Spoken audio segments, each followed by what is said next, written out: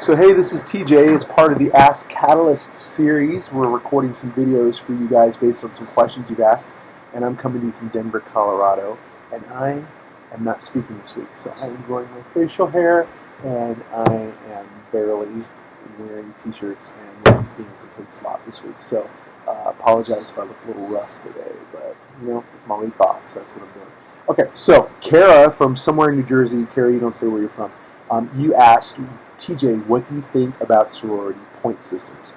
Oh, Kara, I am so glad you asked that question because point systems are a disaster, okay?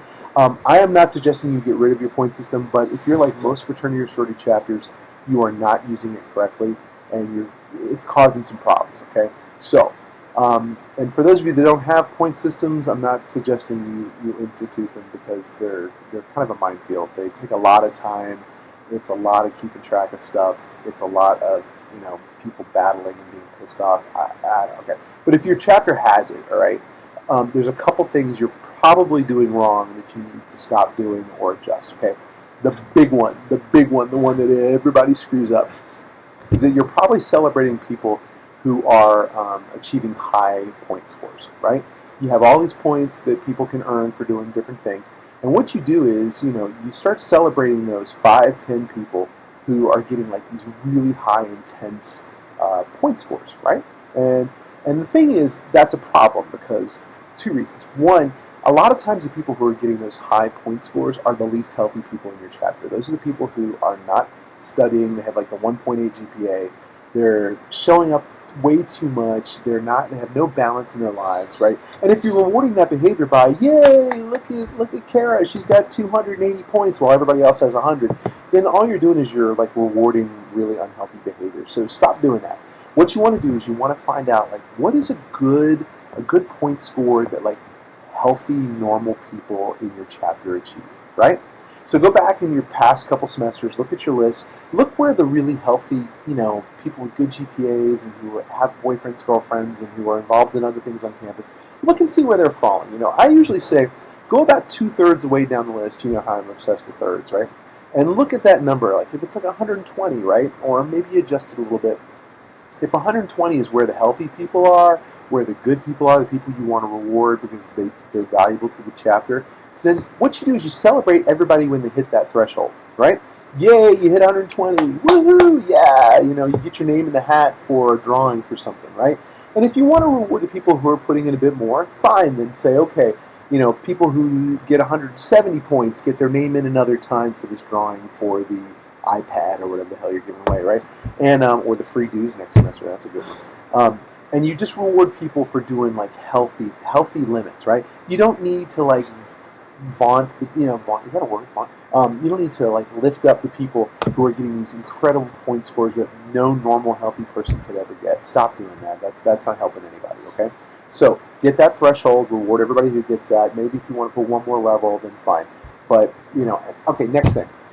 Stop putting everybody's point scores up for everybody to see. Because all that does is it validates, it gives bad, false validation enabling to the people with the high point scores because they want to stay at the top. It's like, ooh, I'm going to win, right? So they just keep being unhealthy. You don't want to do that, right? It's like some sort of like for the real overachiever type A kind. It's not good. It's not good because then they say, oh, I'm third. Oh my God, out of 150 women in this chapter, I'm third. I could be number one. So I'm going to be even less healthy than I'm being already. Okay, so don't post those scores. Also, it makes all those people in the bottom half of that list just go, screw this. Like, I'm never going to get like those crazy people. I don't want to be like those crazy people. And so don't post the list. Just don't post the list, right? Have 1 or 2 people who know what the point scores are, and nobody else needs to know, okay? Obviously, if you have people who are not scoring any points, before you jump on them and tell them they're terrible members, look and see what are some things they might be doing that are contributing to your organization that we have not given points to before. So, for example, if somebody's walking around with a 3.8 GPA, in my mind, they should get some damn points just for having that GPA. I don't care if they show up to intramural games and ritual and the other. If they're getting a 3.8, they're helping your chapter, right? So look for some of those things that you're not rewarding, right? And be flexible, Give people the option to suggest some things. If you're involved in the campus rugby club or something, that should be worth some points because that's good for the chapter, right? So, be flexible with the points. Don't be so rigid, If people are putting forth the effort, if people are coming forward and saying, hey, I'd really like this to count as points, then, be open to that. That's good. That's good. You don't want to make people feel less than, that sort of thing. You want to incentivize people who are helping the chapter. And so anybody who's helping in any way, should be getting those points and that incentive and their name thrown in the hat for that thing and whatever. So, points. Points. Points. Sororities get so crazy about points.